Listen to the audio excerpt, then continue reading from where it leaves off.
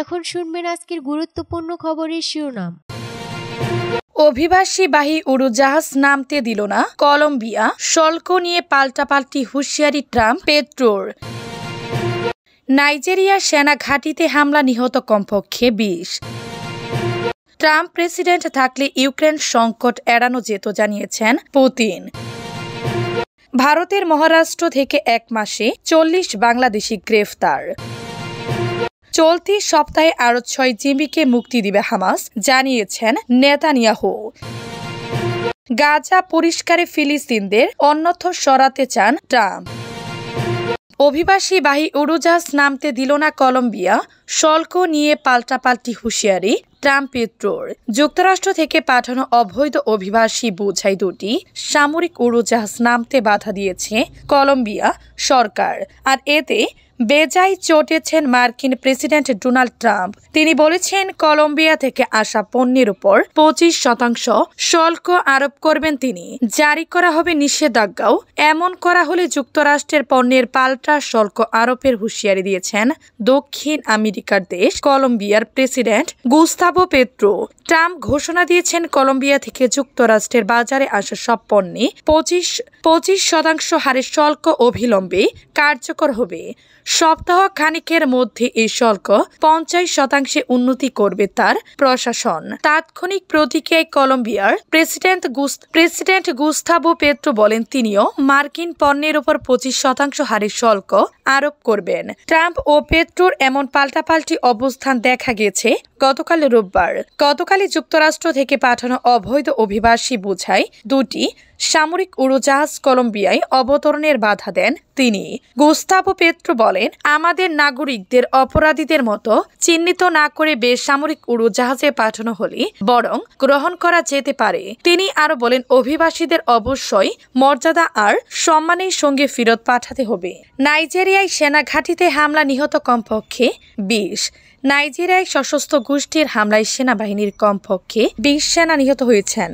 পশ্চিম Africa প্রদেশের সন্দেহভাজন ISWAPISIL এর সহযোগী যোদ্ধাদের হামলায় নাইজেরিয়ান সেনারা নিহত হয়েছে বলে জানা গেছে।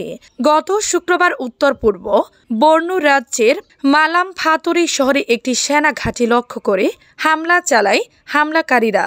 বেঁচে যাওয়া একজন সেনা জানিয়েছেন, আক্রমণটি ৩ ঘন্টার বেশি সময় ধরে চলছিল। স্থানীয় সশস্ত্র গোষ্ঠী বোকো হারাম ও পশ্চিম আফ্রিকা প্রদেশে ইসলামিক স্টেটের IS সহযোগী ISWAPর যোদ্ধারা বর্নো রাজ্য থেকে তাদের কার্যক্রম পরিচালনা করে। অতীতে বিভিন্ন সময় নিরাপত্তা বাহিনী ও বেসামরিক লোকজনের উপর এই সশস্ত্র গোষ্ঠীর সদস্যরা হামলা চালিয়েছেন। ISWAPর যোদ্ধাদের হামলায় শত শত মানুষ নিহত ও আরো হাজার হাজার মানুষ বাস্তুচ্যুত হয়েছেন। ট্রাম্প প্রেসিডেন্ট থাকলে ইউক্রেন সংকট এড়ানো যেত জানিয়েছেন পুতিন। রাশিয়ার প্রেসিডেন্ট ভ্লাদিমির পুতিন দাবি করেছেন, ডোনাল্ড ট্রাম্প ওই সময় যুক্তরাষ্ট্রের প্রেসিডেন্ট থাকলে ইউক্রেন সংকট ঠেকানো যেত। তিনি বলেছেন, যুক্তরাষ্ট্রের নতুন প্রেসিডেন্টের সঙ্গে এই সংকট নিয়ে আলোচনা করতে প্রস্তুত তিনি। গত শুক্রবার রাশিয়ার একটি টেলিভিশনকে দেয়া সাক্ষাৎকারে পুতিন ট্রাম্প দীর্ঘদিন ধরেই দাবি করে আসছেন, তিনি ক্ষমতায় থাকলে ইউক্রেন যুদ্ধ হতো না। বিষয়টি নিয়ে শুক্রবার প্রথমবারের মতো ট্রাম্পের সুরে কথা বলতেন পুতিন। ২০২২ সালের ফেব্রুয়ারিতে ইউক্রেন অভিযান চালানোর আদেশ দেন পুতিন। এই বিষয় ইঙ্গিত করে তিনি সাক্ষাৎকারে বলেন, আমি ট্রাম্পের সঙ্গে একমত যে ২০২০ সালে যদি তার বিজয় ছিনিয়ে নেওয়া না হতো, তাহলে ২০২২ সালে ইউক্রেনের যে সংকট দেখা দিয়েছিল তা হয়তো হতো না। দ্বিতীয় দফায় প্রেসিডেন্ট নির্বাচিত হওয়ার আগে ট্রাম্প বলেছিলেন, তিনি একদিনে ইউক্রেন যুদ্ধ বন্ধ করতে পারবেন, কিন্তু প্রেসিডেন্ট হওয়ার পর এই সমস্যার সমাধানে তার ইউক্রেন ও রাশিয়া বিষয়ক বিশেষ দূত কেইথ কেলককে ১০০ দিন সময় দিয়েছেন। ইউক্রেনে কিভাবে শান্তি ফেরানো যায় তা নিয়ে যুক্তরাষ্ট্রের নতুন প্রশাসন এখন পর্যন্ত কোনো সুনির্দিষ্ট পরিকল্পনার কথা জানাননি। তবে চলতি সপ্তাহে ট্রাম্প বলেছেন, ইউক্রেনের প্রেসিডেন্ট ভলোদিমির জেলেনস্কি তাকে বলেছেন, তিনি যুদ্ধ বন্ধ করতে একটি চুক্তি চান। এজন্য পুতিনকে একটি সমাধান খুঁজে বের করার পরামর্শ দিয়েছেন তিনি। ভারতের মহারাষ্ট্র থেকে ১ মাসে ৪০ বাংলাদেশি গ্রেফতার। ভারতের মহারাষ্ট্র রাজ্যের কল্যাণ ডিএমভি পুলিশ শহর থেকে ৫ বাংলাদেশিকে গ্রেফতার করেছে পুলিশ। গতকাল শনিবার তাদের গ্রেফতার করা হয়। এনে গত 1 মাস মহারাষ্ট্রের ভিওয়ান্ডি, কল্যাণ, ডেম্বিবোলি ও অন্যান্য জায়গা থেকে অন্তত 40 জন বাংলাদেশি গ্রেফতার হলেন।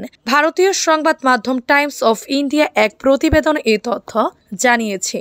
যাদের গ্রেফতার করা হয়েছে তারা প্রত্যেকে অবৈধভাবে ভারতে বসবাস করেছিলেন বলে মহারাষ্ট্র পুলিশ জানিয়েছে।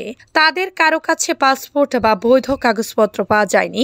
গতকাল যাদের গ্রেফতার করা হয়েছে তাদের মধ্যে 4 জনকে ডেম্বিবোলির গান্ধীনগর এলাকা থেকে গ্রেফতার করা হয়েছে।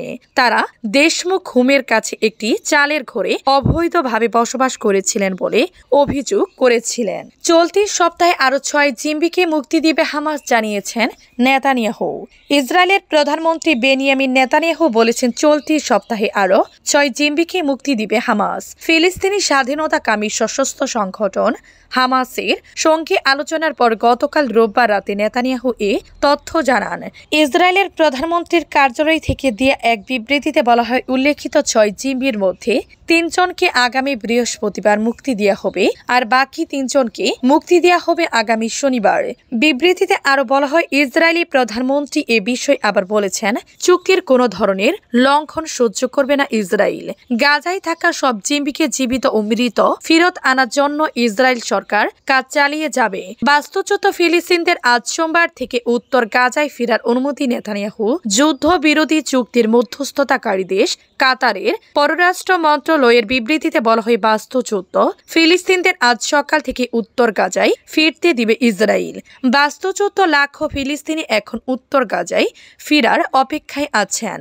2023 সালে 7 অক্টোবর ইসরায়েলি হামলা চালায় হামাস। এই হামলায় 1200 জন নিহত হন। তারা প্রায় 250 জনকে জিম্বি করে গাজায় নিয়ে যায়। সেদিন থেকে গাজায় নির্বিচার হামলা শুরু করে ইসরায়েল। গাজায় 15 মাসের ইসরায়েলি হামলায় 47,000-এর বেশি ফিলিস্তিনি নিহত হন। আহত লাখো ফিলিস্তিনি ইসরায়েলি হামলায় গাজা উপত্যকা ধ্বংসস্তূপে পরিণত হয়েছে। গাজা পরিষ্কারে ফিলিস্তিনদের অন্যত্র সরাতে চান ট্রাম্প। যুদ্ধ বিধ্বস্ত গাজা উপত্যকা পরিষ্কার করতে ফিলিস্তিনদের অন্যত্র সরাতে চান মার্কিন প্রেসিডেন্ট ডোনাল্ড ট্রাম্প। এজন্য জর্ডান ও মিশরকে আরো বেশি ফিলিস্তিনি নেওয়ার পরামর্শ দিয়েছেন তিনি। শনিবার 25 জানুয়ারি সাংবাদিকদের সঙ্গে আলাপকালে মার্কিন প্রেসিডেন্ট এসব কথা বলেন। এটা কি অস্থায়ী না দীর্ঘমেয়াদের জন্য? এমন প্রশ্নের জবাবে ডোনাল্ড ট্রাম্প বলেন, যে কোনোটাই হতে পারে। মার্কিন প্রেসিডেন্ট গাজাকে ডেমোলিশন সাইট বা ধ্বংসযজ্ঞের স্থান আখ্যা দিয়েছেন বলেও জানিয়েছে বার্তা সংস্থা রয়টার্স। 1 বছরের বেশি সময় ধরে যুদ্ধে ইসরায়েলি বাহিনী ভূখণ্ডটির 47,000-এর বেশি মানুষকে হত্যা করেছে। এমন ধ্বংসযজ্ঞ চালিয়েছে যে এখন সেখানে ভয়াবহ মানবিক সংকট বিরাজ করছে। চলতি বছরের 19 জানুয়ারি কাতার, মিশর ও